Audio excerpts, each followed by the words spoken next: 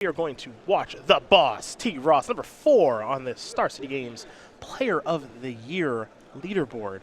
Against Kyle Boggemes, a player with a Pro Tour top 8 and a lot of accomplishments to his name. The boss going to start things off with an Expedition Envoy as round number 4 is underway here from Columbus. For Boggemes, it's a very important 2-drop to have there in Duskwatch Recruiter. Realistically, it's just important to get to the board early here for Kyle. No, he's really in the market for 3 toughness. That's an important flashpoint here. Requires Ross to have some sort of pump effect. So Lamphold, Pacifist, Sylvan Advocate, those are the premier 2s in this matchup. Tom's going to trade the Expedition Envoy off with the Duskwatch Recruiter. And then he follows up with a Kithian and a 3-of an Inspector along with a Clue token. So for Kyle, Yavimaya Coast. And now here's a Reflector Mage. Kithian is going to get out of here. And you mentioned 3 toughness. It's here right now. Slows the game down a little bit. Looks like Ross has a very land-heavy hand right now. Tom will play a Plains. There's another copy of 3-of an Inspector. That's a Clue. This is a Thalia's Lieutenant. So the Inspectors are now 2 3s. And now going to pass the turn back over to Boggemes. See what comes next here for Kyle.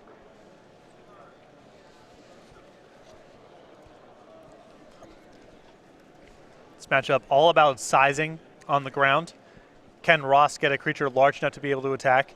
And then failing that, can Ross find something like Griffspoon, get a source of evasion? Looks like Kyle's going to take a damage. Perhaps another Reflector Mage on the way. Yep. There goes 3-of an Inspector. There's an Evolving Wild. Simply pass the turn back over to the boss. So we go over to T. Ross. He will draw a card. It's a copy of Hanweir Militia Captain. A Plains. This is the Militia Captain. That is a Kithian. Now Thalia's Lieutenant's a little bit larger, but Tom can't make any good attacks. So Boggemes is going to sacrifice that Evolving Wild, search himself up a Plains, and now he's in 4-mana territory, which means we might be working our way towards our first Collected Company of the match. Ross there not willing to trade off the Thalia's Lieutenant with one of the Reflector Mages, has big plans there. Thalia's Lieutenant, the best card in the matchup in terms of getting a threat sized large enough to be able to attack profitably into the Band Company side of the table. Boggemes is going to draw a card here.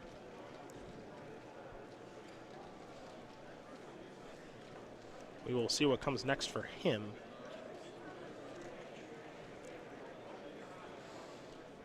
Just play a Lumbering Falls and simply pass the turn back. We know how this works from the Bant Company side. 4 mana available means attacking is going to be pretty tough for Tom. Now, the Militia Captain is going to transform, and we will take a look at the backside of this here in just a moment. It is the Westville Cult Leader. Now, its power and toughness are equal to the number of creatures that you control, so it's a 4/4 right now. At the beginning of your end step, you get to make a 1/1 white and black human cleric. So we can start churning out some more creatures. Now, here's a 3-of an Inspector, and Kyle is going to play Collected Company.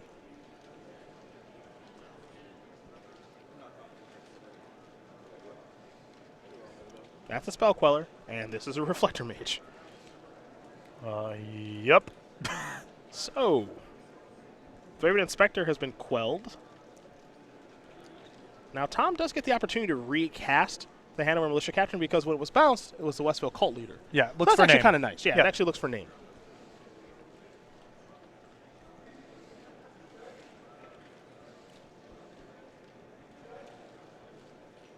Boggemes is going to survey the battlefield here. One thing that's nice is that he does have a flyer out there, so Spell Queller can start attacking, but this looks very reminiscent to what we saw a little bit earlier when we watched Corey Baumeister play against Lucas Kiefer, where flying is king now. Yes. The ground is pretty comfortably locked up, although Ross can still has the hope of getting Thalia's Lieutenant large enough to attack and at least trade off with 2 threats. Mm-hmm. There's the Westville Cult Leader. Transformation complete there for the boss. There's Anointer Champions, a card that we know Tom likes quite a bit, especially in a matchup like this where it's so creature-oriented and stats-oriented. Yep, you have a lot of 2-power threats, and you're banging into a lot of 3 toughness blockers, so Anointer Champions is excellent. Also combos very nicely with Always Watching. Tom will sacrifice a Clue. Now he'll play a land. He does have Always Watching in hand. But he also maybe wants to leave that 3 mana available for Kithian activation. To say nothing of the implications of what could Kyle have in hand. Collected Company. And what's that range? Archangel Avacyn's a possibility. 1 copy in Kyle's main deck. Mm-hmm. Always Watching going to be played here. Looks like we'll have a Collected Company.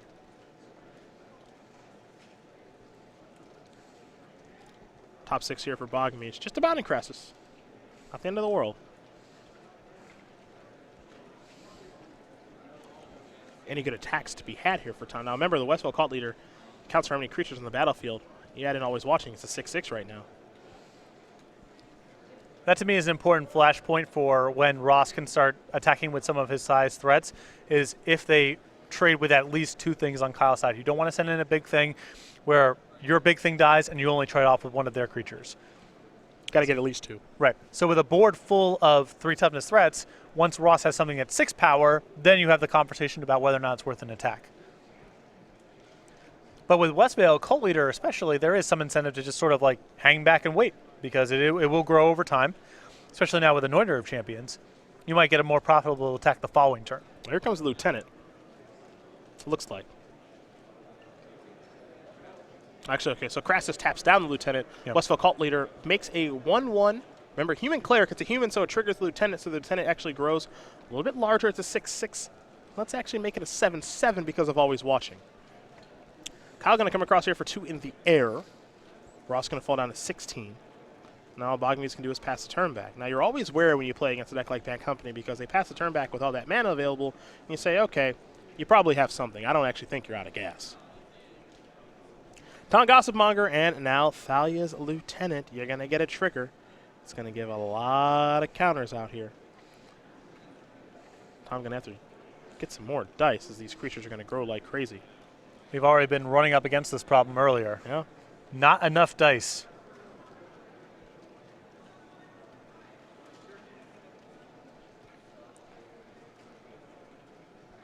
Could be time for some beatdowns here in just a moment.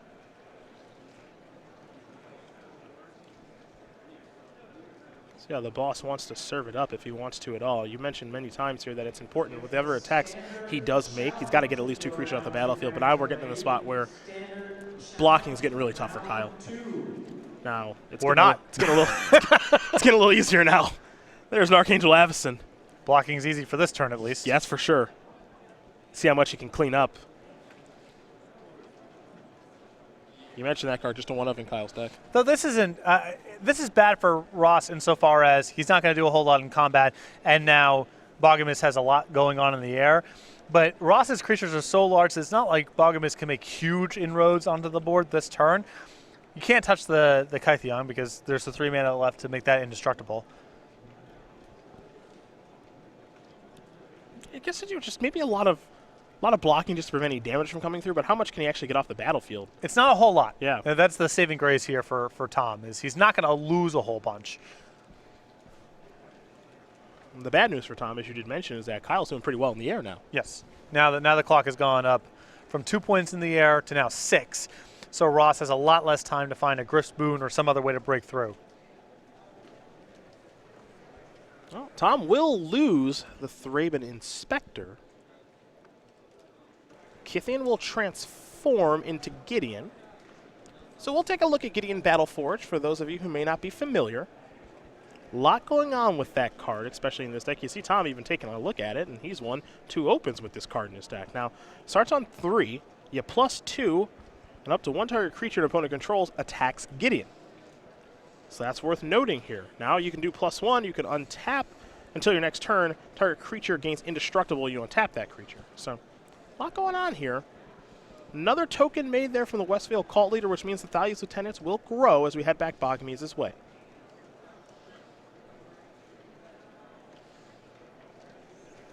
Kyle's drawn his card for the turn. You see 6 mana available there. Color's not an issue. Outside of, I guess, a little bit of pain from the Yavimaya Coast. And this is fairly rough here, as if Boggemes has to attack with the Bounding Crassus, it's easy, trivial for Tom to block that. That will kill the Bounding Crassus, and then suddenly there's an Archangel Avacyn trigger involved. And Boggemes is the board full of 3 toughness threats. Ross keeps a lot more of his side. So, in a weird roundabout way, Tom would love for that Avacyn to flip. Yep. And let's say Boggemes attacks with the Flyers. That gets Tom down to 10 this turn. Avacyn triggers. Now Tom's at 7. And now Avacyn's at 6/5. That means Ross has 2 turns worth of attacking if everything breaks the right way. And I don't know if Boggemes can hold out for 2 turns if he loses his whole board, and assuming that his hand doesn't have a whole lot going on. And you know, of course, Tom can always draw ways to interact with that Avacyn Declaration in Stone. Yep. Chris Boone to block, stuff like that.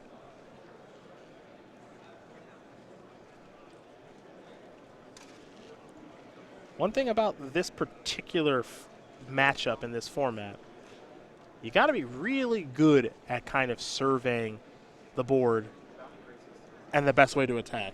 You know, so you see Bounding Crisis has to attack Gideon. Kyle taking a look, wants to make sure he knows exactly what that Planeswalker does do. Can't forget that Gideon's 0 ability just turns into a 4/4 that can give the beatdowns. So it looks like Archangel Avacyn's going to go somewhere. We'll figure out where these creatures are going. We know that Bounding Crisis is going to Gideon. And Spellquiller is also feeling it in the red zone. Bounding Crisis is going to predictably die.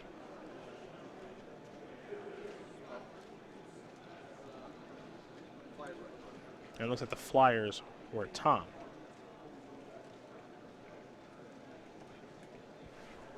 Gideon fell to 3, so confirm when the Spellquiller went, please. Also, Gideon should be at 2.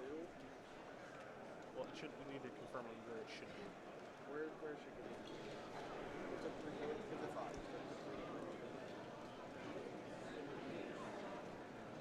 I'm trying to figure out exactly what loyalty Gideon should have right now. And how the attacks got split and so forth. Correct. Spellquiller. Okay, so Spellquiller went to Gideon. Got it. So now here's a transformation. Avacyn's going to finish off Gideon. We had a feeling that was going to happen, but take a look at Tom's board. Lost nothing? Very little to the Avacyn transformation? Yeah, very little. Still has a pretty good board intact. And I believe he gets an always watching back in his hand from the Spellqueller dying as well. Players of the two-headed giant sealed event. Your seating Excuse me, a Thraben Inspector. posted on yellow paper. So that enters the battlefield, and he drew a Thalia's Lieutenant. Two-headed giant sealed. This battlefield certainly do get complicated. He's going to draw a card, pick up the Plains. There's Lieutenant.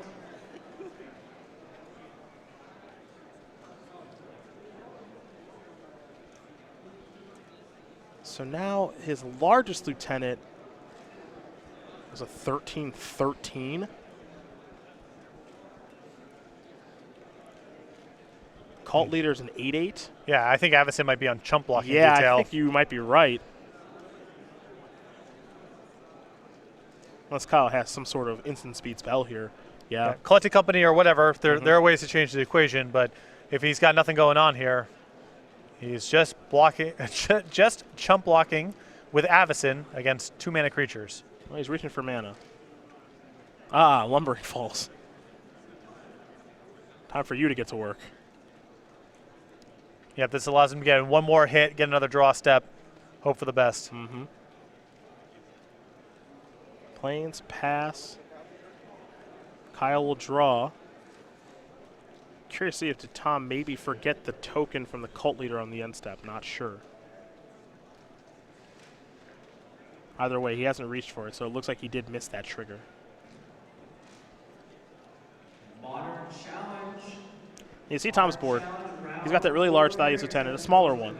Westfield Cult Leader that does have some counters on it. And always watching a Incited Rabble that was transformed with Avacyn's Trigger on the stack, and then that Thraben Inspector that came back from the Spellqueller. For Kyle Boggemes, it's a lot more simple. He's got some lands, and he has a flipped Avacyn. That's it. You can see Ross's familiarity with the deck, too. He had no hesitation there about taking that Kytheon into Gideon route to get the Archangel Avacyn to flip over. He's been here before. Yep.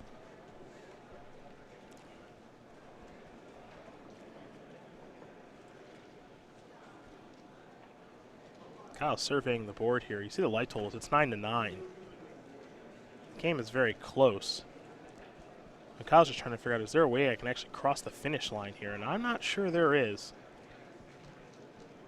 Keep in mind, he's also cast a lot of Reflector Mages so far. Now, he does have a Dromoka's Command in hand, and that's working its way into the equation.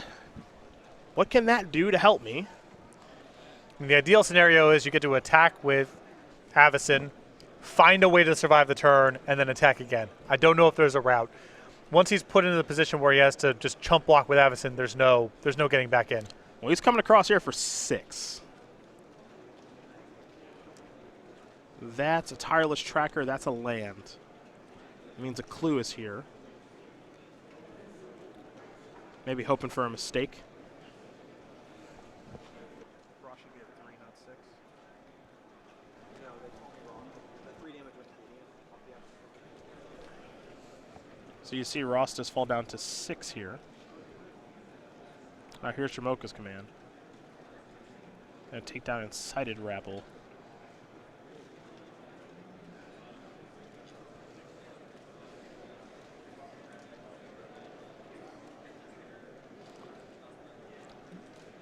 But I still don't always think. watching down too. I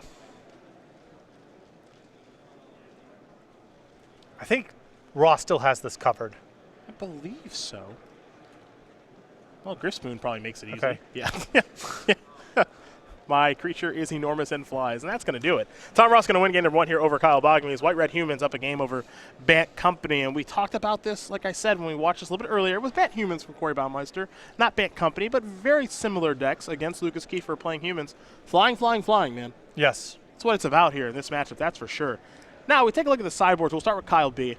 He's got an Ochitai's Command, a Declaration Stone, 3 Negate, 2 Landhold Pacifist, a Tireless Tracker, 2 Summary Dismissal, a Thalia, 3 Aerial Volley, and then a Void Grafter. So I think you want the 1 copy of Thalia, the 1 copy of Declaration of Stone, and the 2 copies of Lamphold Pacifist, just removal spells and creatures that are sized the right way to brawl. I also don't mind the Void Grafter here. It's another creature that's well sized for blocking detail, and also can fizzle the removal spells that Ross may be bringing in or already have in his main deck. On the other side of things here for the boss, it's a sideboard we've seen before in 4 Needle Spires and 4 Reckless Bushwhacker. He's got a Griffspoon, a Silk Wrap, 2 Stasis Snare, 2 Gideon Ally of Zendikar, and then a copy of Repeal the Abominable. So we've seen that a little bit here this weekend. I'm curious what are Ross's thoughts on Reckless Bushwhacker in this matchup. It doesn't strike me as being great because the board gets so cluttered and Ross's deck gets outsized in such a way that even Reckless Bushwhacker may not lead to profitable trades. I definitely want the additional copy of Griff's Boon, and past that, if he wants Reckless Bushwhacker, the Needle Spires will likely come in as well. My instinct is that I would not bring it in if I was in Ross's spot, but we'll have to see. Well, those are the options there for both of these players. The boss is currently up a game with his White Red Humans deck, as he has been in the last couple of standard tournaments he's played with this deck. He has been a machine destroying people with humans over the past month or so. We'll see if Boggemes can tie things up. But while these players do sideboard and get ready for game number 2, we're talking about the SCG newsletter. It's your source for Magic the Gathering news. There's a lot going on here. Yeah, a lot of information about the going on the Star City Games with the latest information about the SCG Tour with a selected SCG Tour match of the week, exclusive deck lists and advice from many of your favorite columnists, and an exclusive cardboard crack comic. Best of all, signing up is free over at go.starcitygames.com/newsletter. Well, we've talked about the boss some, and it doesn't hurt to talk about him a little bit more. He's a winner through and through here on the SCG Tour. Looking to get back to the Players' Championship is a 32-year-old who currently resides in Roanoke, Virginia. He's got 13 open top 8s, 4 wins, 2 of them very recently with this White Red Humans deck. 3 invitational top 8s with 2 wins as well. Self-proclaimed oh, hold on. These are new. Here we go. Self-proclaimed best GoldenEye 64 player, has beaten people using only his feet. Okay, that's quite the claim. We played a lot of GoldenEye in my day. Me too. Me, Eugene Harvey, Adam Horvath, some other gamers. We played a lot. What were your house rules? Ooh, so many house rules. I like it varied, I guess. You know, like no golden gun. Did you play the remote mine rule? So our house rules were the only mode was man with a golden gun, 1-shot kills, no matter what your weapon was. Okay. And you were allowed to play with Odd Job, the tiny character that was busted, but you were only allowed to chop. You couldn't use a gun, but you could run around chopping people. Like, we briefly had a thing, so when you figured out that you could throw remote mines and blow them up in the air, we briefly had a rule where, like, you just weren't allowed to do that because it just made the game no fun. But then we just kind of got rid of that rule because it was pretty fine. Sure. So I don't remember all the house rules. Game was amazing, though. But beating people with your feet is – I don't even know what to say to that. Along with Michael Majors, put 8% of all tournament winnings towards buying an NBA Jam arcade machine. Well, 8% of my earnings was what Activision suggested I put towards my 401k. Okay. So it's very similar. Oh, okay, sure. So it's the retirement fund. Got it.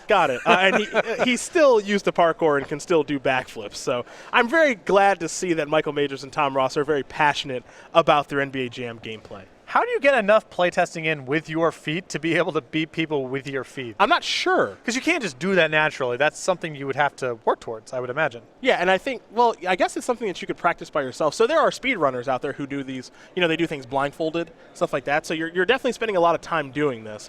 I'm going to have to inquire about this with Tom. Now, I also want you to take a good look at Tom right now because he's doing something new here, employing a facial hair strategy. Yes. He's got a nice little beard going on, a mustache as well. We typically see Tom a clean-shaven mage. And I got to say, it looks like kind of more of a detective mustache. Yeah, it's a boss stash. Yeah, solving a crime with his humans. Right, Thraben Inspector. Mm-hmm. This is the Tom Ross Invitational card. That's correct. So I'm liking the facial hair get-up from the boss. I'm a fan. All he needs is one of those bubble pipes, Bubble pipe and a fedora. And a fedora. And he would be fully in costume as the Thraben Inspector. solving the mystery of his opponent's missing life total. Yeah. Where'd it all go? Tom. Nobody knows. Tom is going to take Nobody knows. a mulligan. See if he can find a hand that he likes. For Kyle, he's happy, or at least as happy as he can be. Kyle Boggemes is no slouch either. I know we don't see him a ton on the SCG Tour, but when we do, there's a lot of winning involved. Yes. And I like Kyle quite a bit. He's very humble Magic player, Yep. very self-aware. For someone as accomplished as he is, there's no arrogance in the conversation. Played a lot of Pro Tours, has played a lot of high-level Magic. Runner-up at Pro Tour San Diego many moons ago. Loves a Kurt Ape. Yes, he does. Loves a Kurt Ape. Which I know you can respect that. Yeah. Dragon Hunter to start there for Tom. For Kyle, it's a Duskwatch Recruiter. Plains the draw there for the boss. Here's an attack. Will there be a trade? There will not be. You saw Kyle make this exchange last time, not willing to make it this time.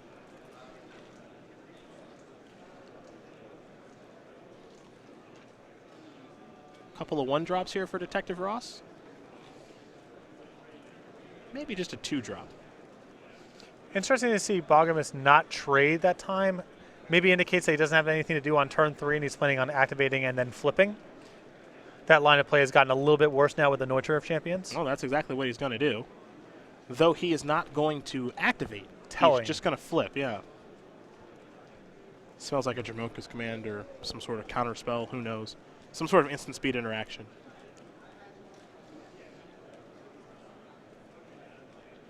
Beatdowns.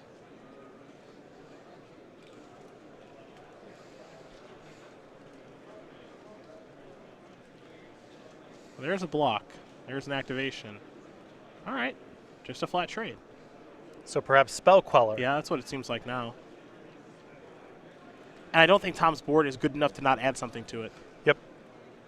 Also, assuming that he's got a bunch of 2-power threats, he can still, with the Neuter of Champions, trade into the Spell Queller next turn, so it's not like it locks him out. There's a Dragon Hunter. Here's a Kithian. Kithian's going to be Spell Quellered. Yep. Okay. Boggemes will draw.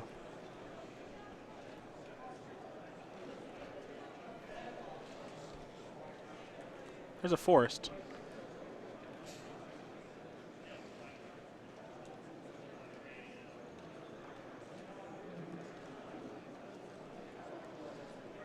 Here's an attack for 2. I mean, Spellcaller does not make it as a good blocker right now at all. So. No, and too valuable with especially with the Kithian down underneath it.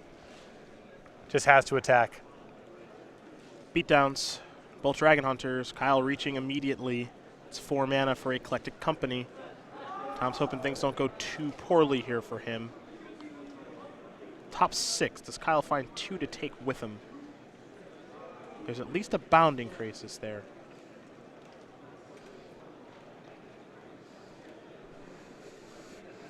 What comes next?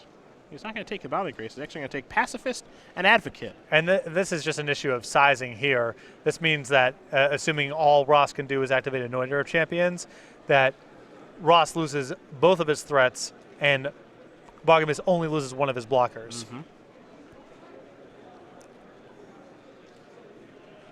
Do they ever not have Collected Company?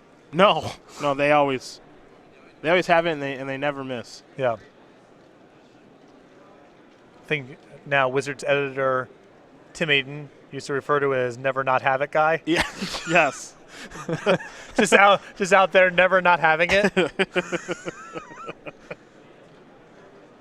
Neither the White Orchid ×2. Tom has to take one to cast the second one, but he's empty-handed, and Kyle is in the driver's seat right now. And Kyle's even got a flyer too. Pretty important in this spot. 2 mana. Okay, Decoration in Stone, gonna clean those up. Lumbering Falls there for the Bog. See how he wants to attack in this spot. Looks like he's gonna come in with both. Ross is gonna fall down to 13. Now it looks like Detective Tom might solve a clue. Yeah. The mystery of all of his missing creatures. Indeed. He will draw a card. Now there's neither the White Orchid. He will get to search. There's a Plains.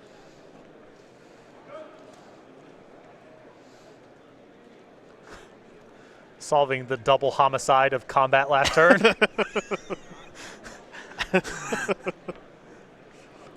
We'll head back Kyle's way. He'll play a Plains. See how he wants to attack in this spot. He'll attack with both creatures. Remember, Sylvan Advocate is a 4/5 now. It's no longer a 2/3. 3 mana. Thalia. Anoint your champions to draw there for the boss. New Thalia is very powerful. Keep in mind, a legendary creature, but it is a 3 mana 3/2 with first strike. And creatures and non-basic lands your opponents control enter the battlefield tapped. A slightly awkward fit in this deck because this is the kind of card that makes you want to collect a company on your main phase, in contrast to Spell Queller that you want to be collecting company in response to things. But this card's probably powerful enough where it just fits the bill of find every good 3 mana creature and go to work. The Crassus is going to come down. It's going to tap something. And Boggemes will quickly untap. Take a draw here, and he might be thinking firing up Lumbering Falls to try to cross the finish line. We'll see.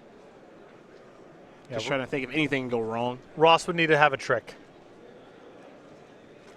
Here comes everybody. No need to fire up the Lumbering Falls. You mentioned the Ross would have to need a trick because he only has 1 blocker. So this is a lethal attack at this stage. That's for sure. See if there's anything that Tom can do to stay alive one more turn. As he looks at the card in his hand, it's a Stasis Snare. Oh, Stasis Snare can take care of the Spell Queller. And Dromoka's Command says, I don't really care about that. So counter fight and good night, Tom Ross. Kyle Boggemes is going to win game number 2 here over Tom Ross. Bant Company, White Red Humans, getting ready here for game number 3. Pretty impressive draw there from Kyle. Very impressive draw, and again, this is the second time we've seen this match or something very close to it so far today, and it's all sizing on the battlefield where Bant Company has an edge, and once the game gets like that, then it's can the Humans deck put together enough evasion or enough pump effects to break through. Ross was able to do that game 1, unable to do so game 2. A lot of that had to just do with the speed of Boggemes' draw. Now, one of the things that's difficult here for Tom in this particular matchup is just the splash that he is employing here with Battlefield Forge, Needle Spires, and Reckless Bushwhacker. Just doesn't really play a role here. I don't think so. I think it's more for control matchups where you need that little bit of extra burst. But Bant Company is so good at playing to the battlefield, so good at just getting a bunch of stuff in play, that I think the save a bunch of stuff in my hand and burst you down in one shot with Reckless Bushwhacker is not really a line of play that Ross can take in this matchup. Well, both players going back to the drawing board here a little bit, so maybe they're going to change things up as their roles have changed. Tom is on the play for game number 3, and Kyle is on the draw. We will find out soon enough.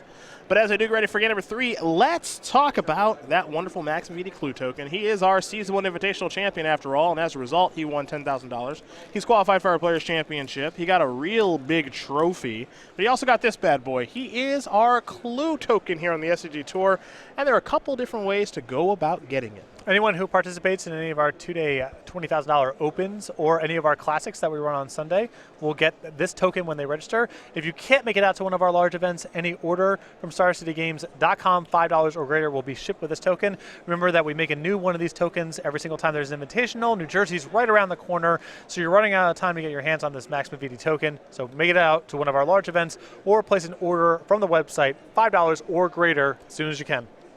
A lot of people, big fan of the Tom Ross mustache at home. I say keep it. Actually, okay, true or false? Now, I wish we had a mock-up here right now. I wish Ray Dill, a wonderful graphic designer who I work next to every day at Star City Games, he might be at home listening. Who knows? Could you imagine Tom Ross? That thing grows out, little handlebar, the little loops at the end. Sure. I think he'd look great with that. Yep. He's got the right Bayou twang to his voice. Exactly. It'd be perfect, Yeah, right? exactly. He's got the little twirls at the end of it, kind of strokes those while he's beating the heck out of his opponent. True Detective, Season 1. Exactly. Louisiana Detectives. Yep. Yep. It all comes all back around. It really does. Full circle. Yeah. Makes perfect sense. Solving crimes in the swamp. Can't believe it took me that long to get there. Wow. Tom Ross is now Wow. the true detective. Yep. I said, just like that. If we could get a mock-up, some sort of graphic at home with Tom with a little handlebar mustache while he's holding both trophies, Yeah. it'd be beautiful. It'd be a beautiful thing. Both these Like players the- are going to take a look at their Like the opening. older, rundown version of Matthew McConaughey in the show, you know? Great work by McConaughey that season. Great work. Really good. Stands out in stark contrast to his bizarre work with those Cadillac commercials. Yeah, that's just you gotta keep cashing those checks. Yeah. That's what that is. Got this creepy sentimentality. I think I can't do the voice the right way, but you know what I'm going for. I sure do. He's much better in True Detective. Is my You see Dragon Hunter come across for 2. Boggemes down to 18. Tom with one of these starts. 3 1-drops by turn 2. He's also got an Expedition Envoy and Anoint Your Champions. For Boggemes, he needs to have a play. He doesn't have a play, and this game might be over before it even begins.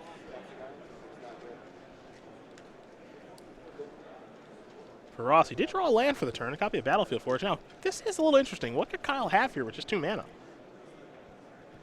No creature, Dromoka's command doesn't do anything, so is he just that far behind? yeah, maybe no. I don't know of any flash threat that this deck could conceivably play. Yeah.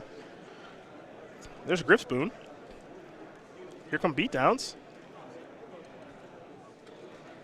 That's 6 damage. I guess there's the new card target player sacrifices an attacker. The Escalate yes. card. Yeah, okay. So you see him get in with the Anointer of Champions, just in case. Yep. All the angles. Yep, covering them all. And now there's a Hanaware Militia Captain that's threatening to transform into the Westvale Cult Leader. Kyle, I would play a spell. Yep. Oh, no.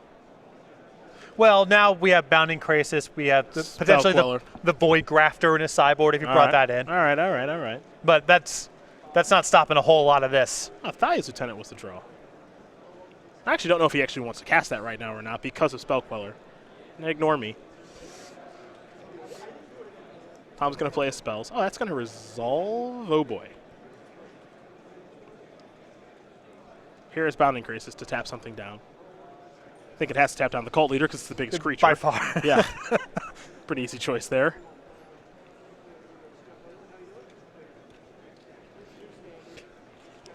Tom's last card in hand is a Declaration in Stone. Here come the beatdowns. The Later Champion's going to hang back.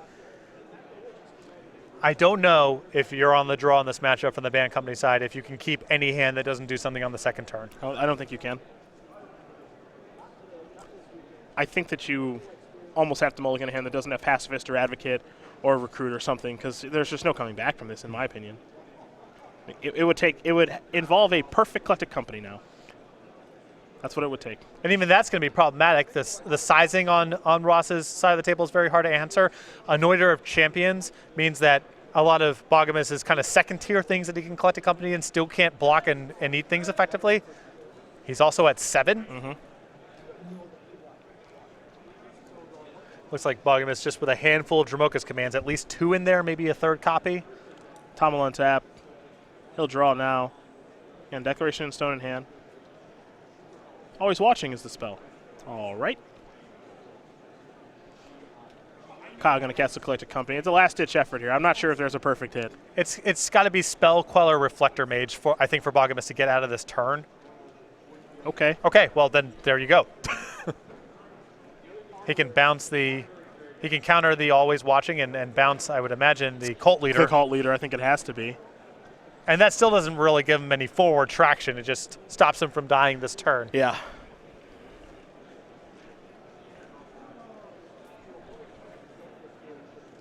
So Cult Leader back in the grip.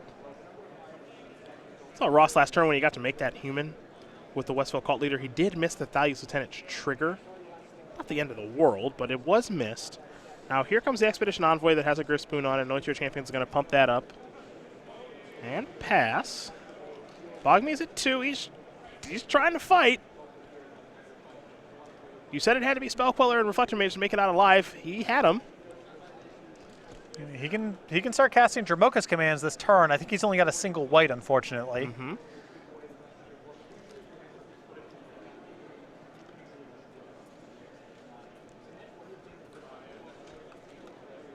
Also has a copy of Duskwatch Recruiter in hand.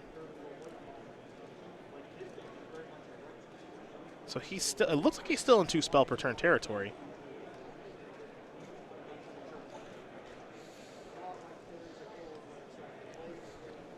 Remember, Ross does have a Declaration in Stone in hand. Can't forget about that. Boggemes is unaware of that, however.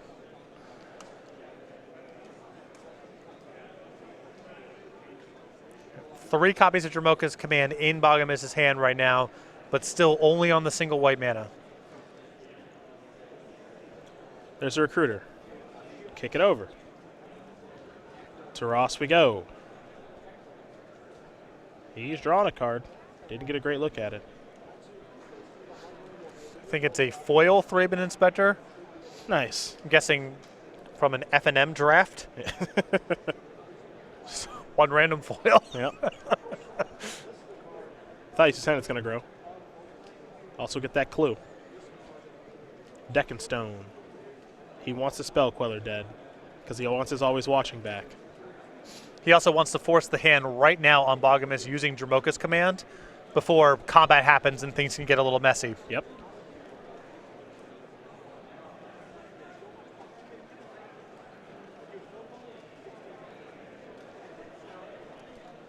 Now what's tough here for Kyle, too, is that he would ideally like to say, okay, you can get your Always Watching and I will make you sacrifice it.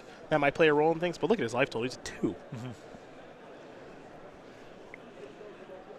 That's what makes this so tough. Well, he also has to stop the Griff Spoon, too. Uh-huh. There's now 2 very problematic enchantments. That's true. He's got to stop the Griff Spoon. That means he's got to be able to beat a flying creature. This just might be a little too much. We can't forget as well that if Always Watching is on the battlefield, it means Anointer of Champions is very happy to attack, in addition to its pump effect, as opposed to having to choose one or the other. So then maybe you need a Dramoka's command down the Anointer of Champions before Ross even gets into combat, but then all the information's on the table. There's not even a mistake for Ross to make. Mm-hmm. So now there goes the Spell Queller. Always Watching is in. And everything's going to attack that's eligible. Here's Kyle. Dramoka's command. Maybe the hope is that Tom Ross makes a mistake in this instance. But the fact that Anointer of Champions gets to attack is really big here. Yeah, and Kyle realized, I can't get out of this. I think maybe the realization he came to is the fact that if he makes him sacrifice an enchantment, Tom will just say, I'll sacrifice my Griff Spoon. Or you can just sacrifice the Always Watching and say, my flyer's coming Kill you. across. Yeah, Kyle either has to shoot down the flyer first. There's just no way for him to measure it. Ross has everything covered. And what you